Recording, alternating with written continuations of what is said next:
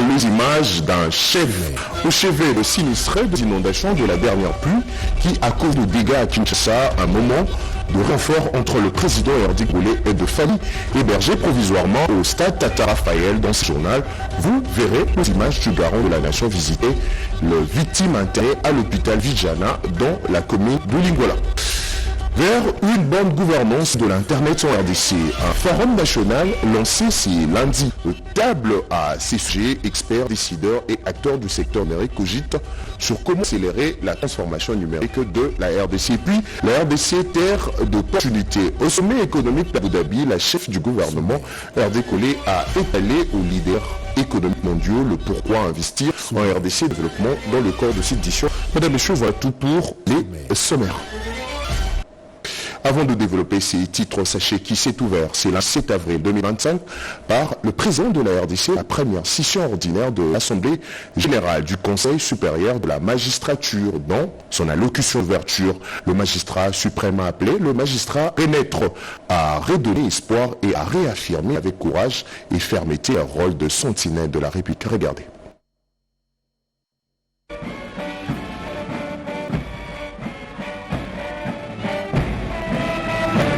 Conformément à la Constitution, c'est 7 avril 2025, premier lundi du mois d'avril, le Conseil supérieur de la magistrature s'est réuni pour la toute première fois depuis sa création en 2008 pour tenir sa première assemblée générale ordinaire. Tous les membres de droit, ceux élus venus de 26 provinces du pays et ceux de ce bureau, vont statuer pendant 10 jours sur le fonctionnement du pouvoir judiciaire. En sa qualité de magistrat suprême, le président de la République Félix-Antoine Tshisekedi Tshilombo a tenu à ouvrir personnellement les travaux de cette première assemblée générale, 18 ans après la grande réforme qui a créé cette institution judiciaire et quelques mois après les états généraux de la justice qui avaient recommandé sa tenue à la date instituée. Pour la renaissance d'une magistrature au service du peuple, le thème de cette assemblée générale sonne comme un leitmotiv du magistrat suprême donné aux magistrats en juillet 2023 à l'occasion d'un séminaire de formation de magistrats. Dans son allocution d'ouverture, le chef de l'État a formulé ses attentes à l'issue de ces assises. Pour lui, la population attend un changement de la justice congolaise. À travers ces assises, je vous exhorte à œuvrer à l'édification d'une justice véritablement digne de notre nation. Une justice à hauteur des défis de l'heure. Une justice qui protège sans faillir, qui rassure sans faiblesse et qui, avec courage, sanctionne toute atteinte aux droits fondamentaux de nos concitoyens.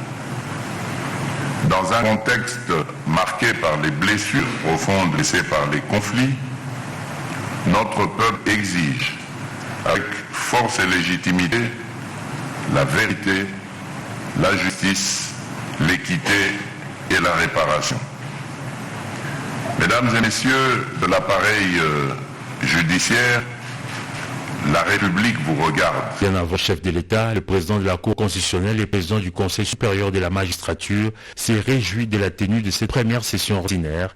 Il a recensé toutes les initiatives prises par le président Tshisekedi depuis 2022, notamment le renouvellement du corps de magistrats avec l'engagement par ordonnance présidentielle de 5000 magistrats.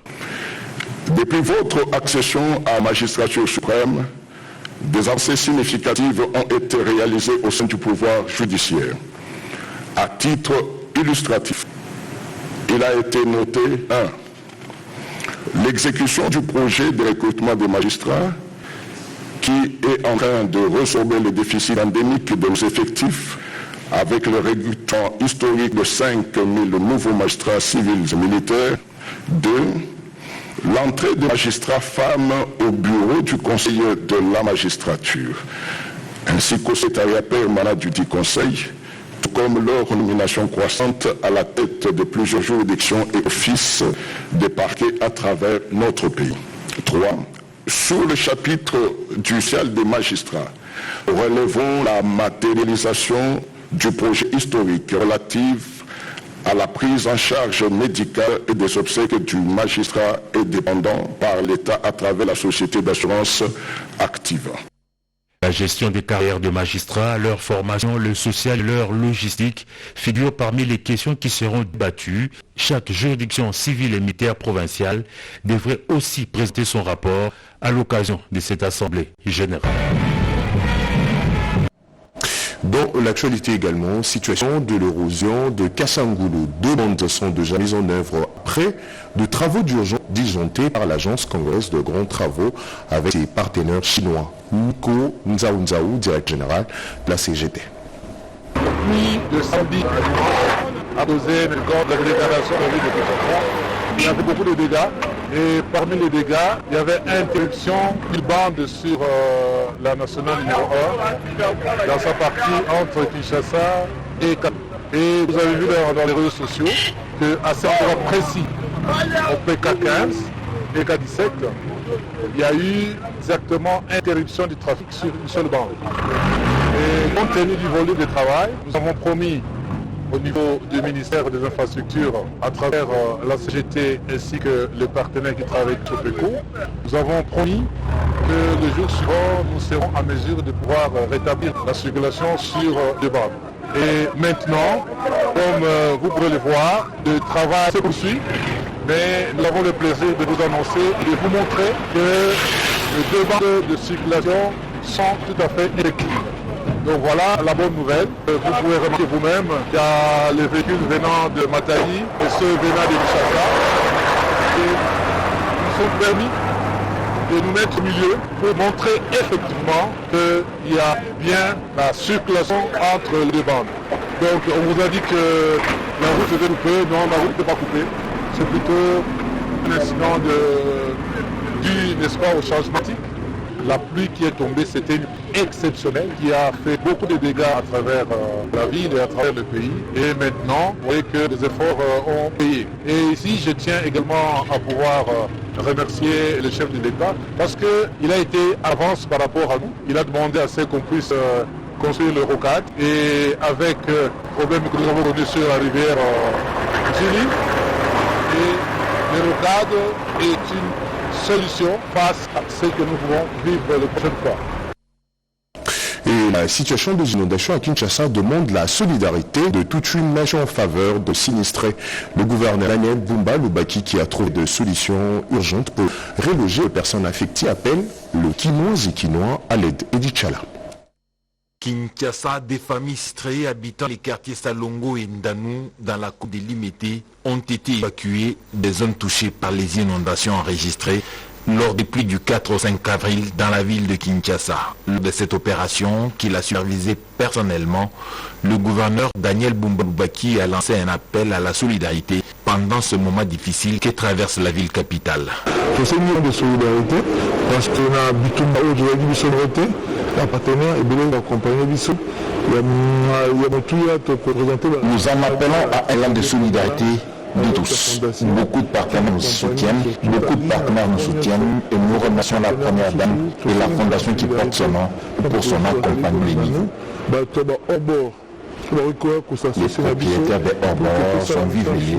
C'est intéressant parce qu'il y a plus de données qu'à recevoir. L'autorité urbaine a fait savoir qu'elle a décru commencer sur le boulevard Lumumba où la circulation est bloquée suite au débordement des eaux de la rivière Njil. Il a par ailleurs rassuré que toutes les dispositions sont prises pour améliorer la situation. Le ministre de la Santé nationale, Hygiène et Prévoyance sociale, Samuel Roger Kamba, est notre invité. Bonsoir et bienvenue. Bonsoir. Monsieur le ministre, après votre visite dans les différents sites aujourd'hui, est-ce que le bilan a évolué en termes de chiffres? Merci beaucoup. D'abord, je voudrais rappeler que quand on parle de bilan, on parle vraiment des vies humaines. Donc ce n'est pas juste des chiffres, c'est une réalité de nos compatriotes que je tiens ici à saluer et pour laquelle je présente mes sincères condoléances. Nous avons malheureusement vécu ce déluge avec une force incroyable qui n'a pas permis, notamment à certaines mamans, de pouvoir sortir leurs enfants très rapidement parce que l'eau montait très très vite. Et nous avons commencé à intervenir samedi dans la nuit, pendant qu'il pleuvait encore. Et malheureusement, nous avons déploré de manière considérée 30 personnes décédées. Cependant, ce chiffre, je pense que nous avons 3 autres alertes que nous sommes en train d'évaluer. Si elles sont consolidées, probablement qu'on parlera de 33 personnes décédées. Mais à côté de ça, on a des personnes qui sont hospitalisées. Et nous avons 20 personnes qui sont hospitalisées. Certaines personnes à cause du déluge et à cause de la remontée des eaux, mais beaucoup d'autres que nous avons sortis, notamment d'un centre de santé en Djili qui était inondé. Nous avons 2 mamans césariennes que nous avons pu sauver avec leur bébé, alors que l'eau était montée jusqu'au pratiquement tout premier étage. Nous avons des personnes qui étaient hospitalisées pour maladies graves. On a une tumeur, par exemple, faciale qui était hospitalisée, que nous avons pu sauver. Donc, toutes ces personnes, nous les avons sorties et hospitalisées ailleurs. À côté de ça, nous avons effectivement toutes les personnes que nous avons mis dans les centres que nous avons apprêtés pour ça et qui sont prises en charge par l'État, aussi bien pour leur santé que pour leurs autres besoins. Un exemple de besoin fondamental, c'est qu'ils n'ont pas pu changer d'habit du samedi alors qu'ils étaient trempés. Et donc, c'est des problèmes sociaux que nous sommes en train de résoudre pour toutes les personnes que nous avons prises en charge. Que nous prenons en charge. Autre question, Monsieur le Ministre, la population craint la propagation de certaines épidémies après inondation. Quelles sont les mesures prises par le gouvernement pour éviter la propagation de maladies telles que choléra? Bon, d'abord, nous avons, et c'est très important de rappeler ça, le président de la République a instauré un institut national de santé publique. Et avec cet institut, nous avons en son sein le centre d'opération d'urgence de santé publique qu'on appelle le COUSP, qui est notre bras armé qui nous permet de réagir très très vite. C'est ainsi que, comme je parle de ce déluge de pluie, dans la nuit déjà on était opérationnel. Vous vous rappelez qu'avant, quand il y avait une épidémie, il fallait d'abord créer une structure et tout ça. Mais malheureusement pour nous, ça a été anticipé, nous avons notre COUSP qui nous permet de réagir très très vite. Et ça c'est pour l'intervention immédiate. Mais la santé publique, c'est aussi la prévention justement des épidémies. En Djili et partout où les personnes ont été sinistrées, malheureusement il y a eu des problèmes d'eau. Nous ne pouvons pas encore dire qu'il n'y aura pas de choléra ou qu'il n'y aura pas d'explosion de malaria à cause du paludisme, à cause des moustiques. Nous ne pouvons pas le dire. Mais ce qui est certain, c'est que le ministère de la Santé, au travers de l'Institut national de santé publique, nous avons pris toutes les précautions pour, d'une part, isoler les personnes qui sont à risque, d'autre part, nous assurer que les sites qui sont à risque peuvent être signalés pour que les décisions soient prises, parce que les décisions ne sont pas nécessairement relevant du ministère de la Santé. Par exemple, l'évacuation des canalisations, ce n'est pas le ministère de la Santé. Par exemple, la restauration de l'électricité, ce n'est pas le ministère de la Santé. La desserte en eau, ce n'est pas le ministère de la Santé. Mais au moins, nous nous surveillons pour éviter que les maladies se propagent à partir de... Mais ce qui est certain, c'est que notre réaction rapide a permis qu'on limite le nombre de décès, parce que quand nous sommes arrivés dimanche sous la pluie, il y avait encore plein de patients, plein de personnes plutôt, qui étaient coincées dans leur maison et qui ne pouvaient pas sortir de là. Heureusement qu'on a pu les évacuer, ce qui a permis de diminuer le nombre de victimes. Et cette promptitude nous permet de dire, même pour les épidémies, nous allons réagir très très vite dès lors qu'une alerte sera donnée. Nous avons un système d'alerte précoce que nous utilisons dans les autres épidémies, comme le Mpox ou autres. Et ce système est permanent, ça nous permet de détecter très rapidement et de prendre en charge un début d'épidémie. Vous êtes ministre de la Santé, Hygiène et Prévoyance sociale. Avez-vous un mot d'encouragement ou un mot de fin à l'endroit de personnes qui nous regardent, de personnes qui vivent dans des quartiers touchés par ces inondations? D'abord, pour les victimes, les personnes qui ont été vraiment malheureusement touchées par cette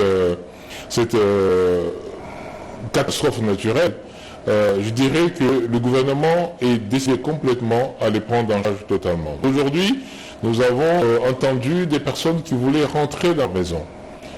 Nous avons entendu aussi des personnes qui disent « moi j'ai tout perdu ». Et le président de la République a donné les ordres pour que nous puissions répertorier tout le monde, chacun, et que nous puissions savoir qu'est-ce que cette personne faisait avant, pour que nous puissions voir quelles sont les réponses que nous pouvons donner. Mais de manière opérationnelle, nous allons répondre aux besoins des personnes qui ont été touchées. Maintenant, pour les personnes qui vivent dans les milieux à risque, la question est de savoir quelle est la part du gouvernement dans sa réponse, mais quelle est aussi la part du citoyen congolais. Parce que notre milieu est un milieu que nous devons tous prendre en charge, aussi bien par notre comportement citoyen que par notre responsabilité gouvernante. Et donc, moi j'encourage la population d'une part à être alerte au moindre risque, mais aussi à écouter quand nous disons que, attention, cette zone est une zone à risque, attention, quand il y a une pluie qui arrive, c'est dangereux, nous devons vraiment tous être très très prudents.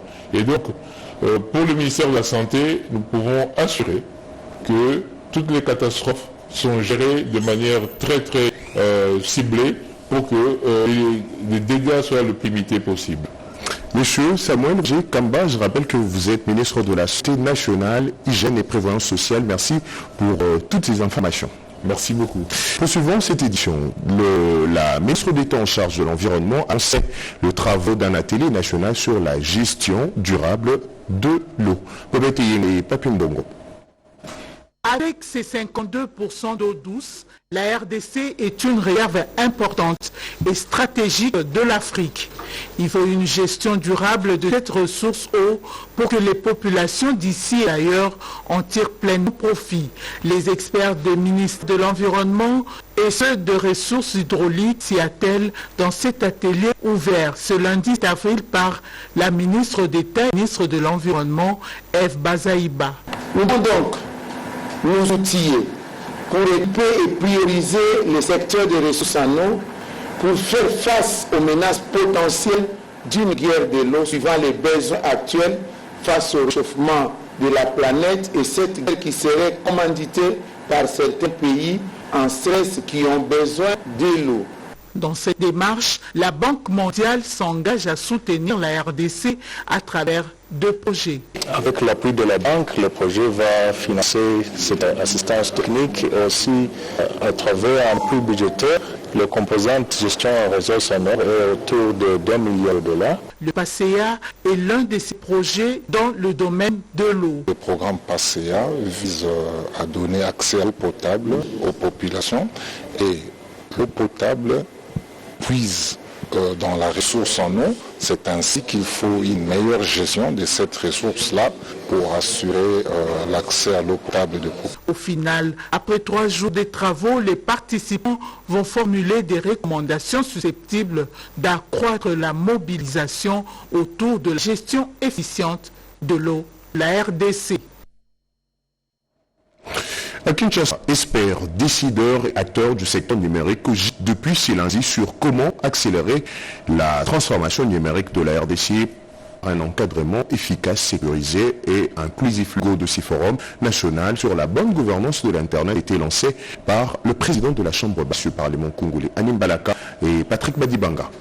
Kinshasa a acquis ce vendredi 4 avril 2025 l'ouverture du Forum national sur la gouvernance de l'Internet en République démocratique du Congo, placé sous le patronage de Vital Kamerhe, président de l'Assemblée nationale. Cet événement a été organisé par la Commission aménagement du territoire, infrastructure et nouvelles technologies de l'information sous le thème « Renforcer la gouvernance numérique pour un Internet ouvert et sécurisé en RDC ». Représentant les speakers de la Chambre basse du Parlement, l'honorable Caroline Bimba a souligné l'importance de doter le pays d'une gouvernance numérique efficace et inclusive. Elle a rappelé que le plan national du numérique 2025, porté par le président de la République Félix Antoine Tshisekedi Tshilombo, repose sur 4 piliers stratégiques: infrastructure, contenu, application, gouvernance. Le ministre des Postes, Télécommunications et Numériques, Augustin Kibassa, a réaffirmé l'engagement du gouvernement à accélérer la transformation digitale du pays. La gouvernance numérique est très importante parce qu'aujourd'hui, comme vous le savez, le numérique nous tient dans notre quotidien. Le numérique est un secteur transversal et la RDC ne peut pas s'échapper. Donc, vous nous avez dit que vous le voyez partout. Le souci pour nous, c'est de se dire, comme tous les autres grands pays, nous devons être à la hauteur. Et comme vous le savez, le président de la République a, dans son plan national du numérique 2025, structuré plus ou moins la vision qui doit nous mener. Il y a des pas qui sont faits, il y a des initiatives comme celui d'aujourd'hui, qui nous appelle tous les jours, qui rappelle aux Congolais l'importance que nous devons mettre dans la gouvernance de l'Internet. Nous comptons énormément sur le soutien des députés nationaux et sénateurs pour que finalement la RDC puisse aussi relever ce grand défi qui finalement nous permettrait de mettre le pas dans le développement des télécommunications numériques. Au sommet économique d'Abu Dhabi, devant de leaders économiques du monde, la chef du gouvernement de l'RDC a captivé l'audience en présentant le pays comme une terre d'opportunités. Outre les ressources naturelles, la RDC est un marché de plus de 120 millions de 60% de jeunes, a déclaré Judith Soumina-Tuluka, qui a séduit les investisseurs. Chimendo Pompomba et Joe Patrick Koko. À Abu Dhabi, les leaders mondiaux participant au congrès annuel sur l'investissement, Annual Investment Meeting Congress 2025. La première ministre congolaise Judith Soumina-Tuluka a présenté la RDC comme une terre d'opportunités malgré ses défis et a détaillé les atouts congolais. Nous avons un potentiel énorme, que ce soit en termes de mets stratégiques, que ce soit en termes de terres arables, que ce soit en termes de sources hydriques. Maintenant, c'est vrai que la réalité est que nous avons d'énormes défis en termes d'infrastructures, routières, chemins de fer, en termes d'énergie électrique. Tous ces défis, et en particulier un des défis que nous avons, c'est la guerre que nous avons à l'Est. Ces défis, pour moi, sont vraiment des opportunités de développement et de développement durable. Organisé par le ministère émirati du commerce extérieur avec l'appui de plus de 400 partenaires locaux et internationaux, l'événement a connu plusieurs allocutions participants. En marge de travaux, le président Denis Sassou Nguesso et Umaro Sissoko ont visité avec la première ministre Judith Soumina-Tuluka les stand de l'ANAPI, où les potentialités d'investissement en RDC sont portées aux partenaires internationaux. Nous sommes un marché de plus de 120 millions de personnes avec 60% de jeunes, et donc c'est un gros marché de consommation. Nous avons 9 pays voisins. Et ces 9 pays voisins sont aussi un marché potentiel pour toute personne qui va investir au niveau de la RDC. Outre les congrès, la chef de l'exécutif central de la RDC a accordé une audience au ministre d'État émirati au commerce extérieur. L'audition portait sur les accords entre deux pays qui sont en train d'être finalisés. Je veux après vous parler de ce qui a été un moment de réconfort, c'est lundi, pour de familles hébergées provisoires au stade Tata Raphaël. Le chef de l'État était, c'est lundi au chevet de ministre des inondations de la dernière pluie qui a causé de dégâts à Kinshasa. Félix Tshisekedi était aussi à l'hôpital Vigena dans la commune de Lingouala. Blandine Jovo et Roger Dey. Je ne saurais passer sous silence le drame bouleversant qui vient de frapper notre capitale. Je veux leur dire que la République ne les abandonnera pas. Aussitôt dit, aussitôt fait, le premier citoyen a troqué son costume cravate pour une tenue de terrain afin de témoigner de sa compassion paternelle aux compatriotes victimes des inondations. Ici au stade Tata Raphaël, ce sont des familles entières qui font partie de nombreux sinistrés victimes du débordement de la rivière Njili qui s'est déchaînée en détruisant tout sur son passage. Le couple présidentiel est rendu compte du désastre de ces familles aujourd'hui sans logis. Ils viennent pour la plupart d'Étier des bonhommes, Limité Salongo, Ndano, Massina Vallée et certains quartiers de la commune de Lancélé sous les eaux.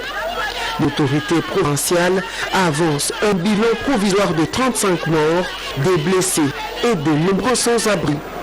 C'est ici, sur le gymnase du stade de Tata Raphaël, que certains sinistrés ont été installés. Le récit est simplement funeste. Touché par ce drame, le président de la République, accompagné la distinguée première dame, a pris le temps d'écouter le récit poignant de ces familles qui ont perdu presque tout. En réponse à cette crise, le chef de l'État a promis un accompagnement aux familles concernées.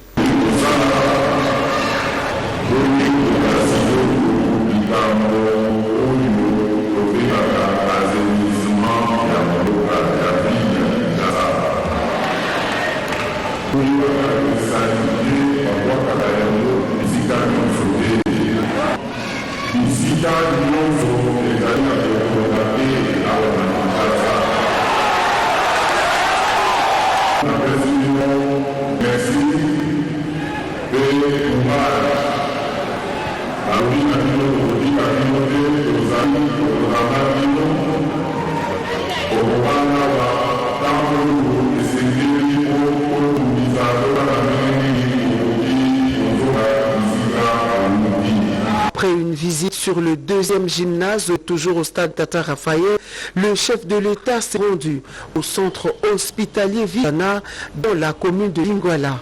Ce centre a reçu au total 20 malades victimes des inondations et sont venus de quelques centres hospitaliers du district de Tchangou et de la commune de Mongafula. Ce sont des rescapés de la furie des eaux qui ont perdu beaucoup de leurs membres de famille.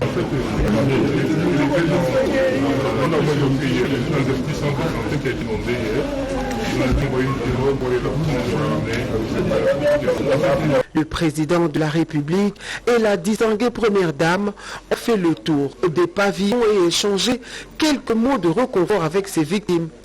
Une visite de soutien aux blessés et malades déplacés de le centre hospitalier inondé par les eaux de pluie. Une grande joie pour le médecin directeur de ce centre. Avec cette visite, ces malades ont retrouvé une lueur d'espoir. Les yeux de ces familles sont désormais rivés sur l'avenir. Sinistrés ont exprimé leur gratitude à l'endroit du couple présidentiel qui a agi promptement.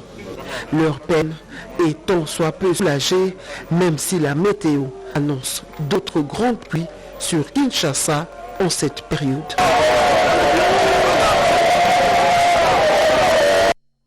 En politique, un appel à la mobilisation de jeunes pour défendre l'intégrité territoriale de la RDC a été lancé aux consultations politiques de Kinshasa. Cet appel émane de quelques responsables des associations d'information politique, Patience Soyo et Joséphine Liondo. Plus question de mort dans notre pays, les millions de vies déjà fauchées par l'agression rwandaise, c'est des trous. Ces mots visiblement forts ont été lâchés par l'ancien candidat président et sénateur Jean Mabaya aux sorties des consultations politiques avec le conseiller spécial du chef de l'État en matière de sécurité. L'idée du président, nous pensons, était surtout les Congolais plus impliqués dans tout ce qui s'est fait à l'Est. C'est pour cela que nous nous sommes dit, nous ne pouvons pas rester indifférents à l'appel du président de la République et nous nous sommes présentés pour donner également nos idées, de manière à ce que cette guerre de l'Est prenne fin. Pour Jean-Claude Baïni, le chef de l'État s'attend à une cohésion nationale. Et face à l'ennemi qui occupe aujourd'hui notre pays, nous demandons à tous les Congolais qui sont encore en train de traîner les pas de répondre à l'appel du président. Nous n'avons que le Congo comme pays et si aujourd'hui nous ne nous accompagnons pas cette initiative, cette démarche du président de la République, je pense que nous allons, à cause de la distraction de notre pays, on ne sait pas où nous devons aller. L'unité nationale, la cohésion nationale, l'intégrité du territoire national, mais également que tous les Congolais puissent voir vers la même direction. Le regroupement AB de Samaloukonde n'a pas manqué de mots. Le vœu, c'est accompagner cette initiative telle qu'elle a été souhaitée et dictée par son Excellence M. le Président de la République. Et bien sûr, ici, avec une mission principale dans cette inclusivité gouvernementale, celle de la... Plusieurs regroupements et associations occupent aussi une place sur l'agenda du CE spécial de ce jour. Du haut de la tribune de la 150e Assemblée de l'Union interparlementaire mondiale, le premier vice-président du Sénat congolais a dénoncé l'agression rwandaise sur le sol congolais. José Kalala Wakalala plaide pour l'application de la résolution 2773 de Nations Unies qui condamne le pouvoir de Kigali. On retrouve nos envoyés spéciaux Anita Luamba et José Dimone Kene. Du haut de la tribune de la 150e Assemblée de l'Union parlementaire mondiale, le premier vice-président du Sénat, José Kalala Kalala, a dénoncé l'agression militaire perpétrée par le Rwanda dans la partie est du pays. Le chef de la diplomatie parlementaire a fermement condamné cette agression de la souveraineté nationale et des droits de l'homme, soulignant une action internationale urgente pour mettre fin à ce cycle sanglant récurrent qui a causé plus de 10 millions de morts et 6 millions de déplacés internes. Mon pays est aujourd'hui, pour une énième fois, victime d'une agression. Le régime du Rwanda, qui s'est caché depuis des décennies derrière des troupes armées prétendus locaux, a vu ces masques tomber avec l'entrée au grand jour de ces forces spéciales lourdement armées sur le territoire congolais sous prétexte de traquer ses compatriotes FDLR, narratif désormais inconsommable. Je profite du haut de cette tribune pour saluer la diplomatie agissante de son Excellence Félix Antoine Tshisekedi Tshilombo, président de la République démocratique du Congo, chef de l'État, laquelle a permis d'atteindre les résultats si évoqués. Dans son discours, José Kalala Kalala a appelé parlementaires du monde à l'application de la résolution 2773 des Nations Unies qui vise à condamner l'agression rwandaise et à instaurer des mesures concrètes pour la restauration de la paix et de la sécurité dans la région. C'est ici l'occasion pour moi d'inviter l'Union interparlementaire à soutenir la résolution 2773 du Conseil de sécurité des Nations Unies ainsi que les sanctions de l'Union européenne et des autres pays pris de paix et de justice contre les auteurs de ces crimes. Cette intervention du premier vice-président du Sénat devant plus de 2000 parlementaires venus de 190 pays a mis en lumière la détermination du gouvernement congolais à défendre l'intégrité territoriale et solliciter le soutien des instances internationales pour contrer les actions déstabilisatrices du Rwanda. Soutenir les actions et réalisations du président Félix Tshisekedi à Bruxelles du samedi 5 avril 2025, l'Union sacrée de la Fédération de la Belgique-Luxembourg a vu le jour. Mireille Ndeke. Préoccupé par la situation politique en général et celle qui prévaut à l'est de la RDC en particulier, les Congolais vivant à Bruxelles ont pris l'engagement de se ranger derrière le chef de l'État pour l'accompagner dans la résolution des différentes crises en RDC. D'où la naissance de l'Union sacrée de la Fédération Belgique-Luxembourg, coordonnée par le professeur Omba, qui comprend plusieurs partis politiques phares, ainsi que deux associations, notamment les Amis de Fachi et l'Union des Nécessités Courageux. C'était en présence de l'ancien ministre d'État belge, André Fao. Lors de cette rencontre, les Congolais de Belgique regroupés dans cette plateforme ont exprimé leur détermination à garder l'unité. Surtout en cette période où la RDC subit une agression par M23 AFC soutenue par l'armée rwandaise. Le message de l'Alliance à toute la diaspora congolaise de se mobiliser comme un seul homme. Oui, on peut ne pas être d'accord dans l'Union sacrée, mais pour le Congo, on peut se mettre ensemble. Nous avons d'abord l'ennemi dehors. De son côté, l'ancien ministre d'État belge, André Fao, a loué les efforts diplomatiques entrepris par le chef de l'État qui ont conduit à l'adoption par le Conseil de sécurité des Nations Unies de la résolution 2773 qui exige un cessez-le-feu immédiat ainsi que le retrait des zones occupées par l'armée rwandaise. André Fao a encouragé à se mobiliser par des actions de terrain. Au pays, il faut mobiliser au maximal le recette non fiscal pour soutenir l'effort guerre. Le directeur général de la DGRAD en itinérance dans les provinces minières du Lualaba, le Haut-Katanga et le Haut-Lomami. Cédric Kenena. Une mission d'itinérance dans les directions provinciales des Gérard, au Katanga, au Lomami et Lualaba, avec un message du gouvernement à la clé, celui des Congolais Téléma, enfin, de mobiliser davantage les recettes non fiscales l'État en vue de soutenir l'effort de guerre dans la partie est du pays, mais aussi vulgariser dans l'entretemps les nouvelles mesures des recettes non fiscales contenues dans la loi des finances 2025 à l'intention des opérateurs économiques et échanger avec certaines entreprises minières sur le contentieux qui les oppose avec la DGRAD. À Kolwezi, chef-lieu du Lualaba, le directeur général de la DGRAD, Étienne Otsoudi Lutula, a remis 2 bus à la direction provinciale du Lualaba pour faciliter la mobilité du personnel. Une rencontre a été organisée entre le numéro 1 de cette régie financière et les personnels de la DGRAD, et ce, après un bref échange fructueux avec la gouverneure Fifi Masuka Saini. Au même titre que les autres provinces, une matinée fiscale a été ici à l'intention des opérateurs économiques membres de la FEC là-bas. Le directeur général de la DGRAD a ensuite visité les entreprises minières basées dans cette province, notamment Sicomine, Kamoa Coppers, Kamoto Copper Company et Tenkefungurume Mining. Nous avons eu à dénouer, à lever certaines options sur différents contentieux dans le cadre du dialogue fiscal que nous avons instauré au niveau de la DGRAD pour trouver des solutions à l'amiable au lieu de se tirailler devant les causes et tribunaux. Mission accomplie pour le directeur général de la DGRAD dans toutes les provinces où il faut s'attendre à une nette amélioration des recettes non fiscales. Trifon Kinkei Mulumba, député national sous le ticket de l'Union sacrée, a présenté son plan d'action populaire. René Kouloga.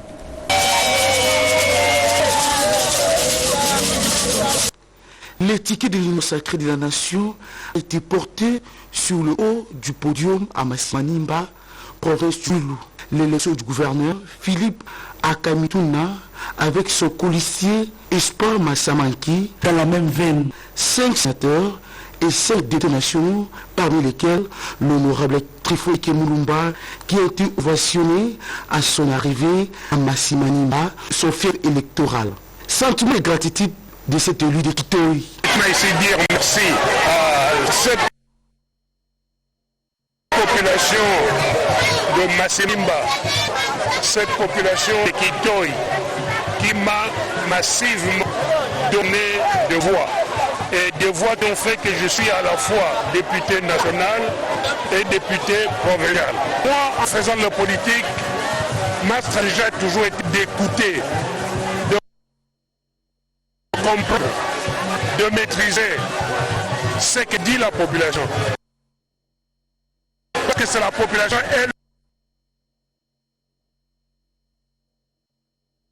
elle-même qui est au contact des réalités. Je n'avais jamais imaginé que l'eau est un problème ici. Un jour, je faisais une visite ici, et bien toute la population criait derrière moi, Massa, Massa, Massa, je dis quoi? Ils n'ont pas d'eau. Ils vont à 10 km puiser l'eau. Aujourd'hui, j'ai installé ici 2 forages d'eau. Le professeur Trifon Mulumba. Et puis ces titres avant de nous quitter, la fin de la guerre de l'Est de la RDC et la prise en charge de chômeurs par l'État, thématique au centre de discussion entre plusieurs jeunes de l'Omine de Lemba avec le jeune leader de la société civile le week-end passé, Simon Kakolongo et Karen Kakolongo.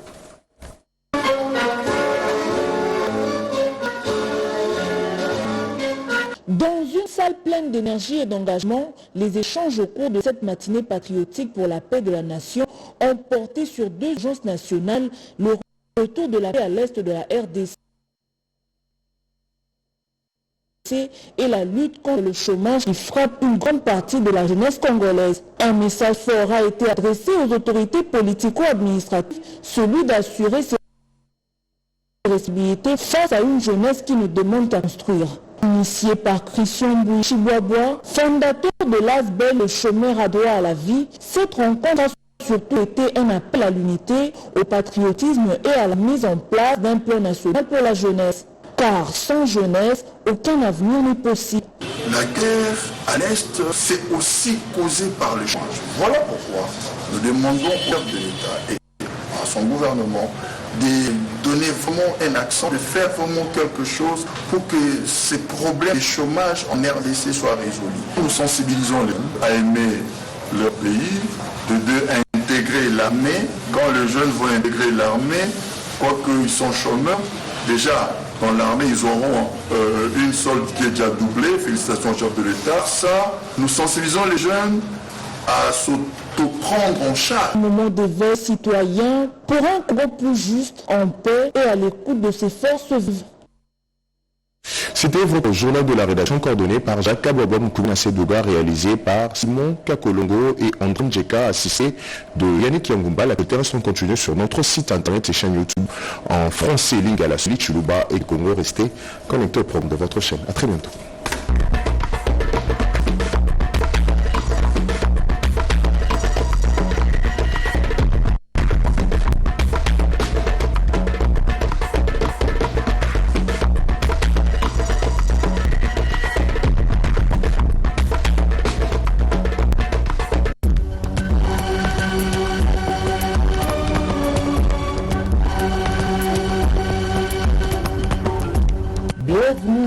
décelé à cette revue de presse du lundi 7 avril 2025. RDC, urgent appel à l'aide face à l'afflux massif de déplacés à Lubuntu dans le Maniema, clame la référence plus. Le Calais progressivement revenu à Walikale Centre dans le Nord Kivu où les FARDC sont redéployés depuis 4 jours. Néanmoins, les conséquences du conflit dans la région continuent de se faire sentir, notamment dans la commune rurale de Lubuntu, en province du Maniema, à environ 200 km de là, dans la localité de Lubuntu. Rien entre le 14 et le 25 mars, les autorités locales y ont enregistré l'arrivée de près de 12 500 personnes déplacées, soit 2 500 ménages. À cela s'ajoutent les 8 400 personnes déjà arrivées depuis janvier, fouillant de manière préventive les violences. Le nombre de cas de paludisme et de maladies diarrhéiques est en hausse.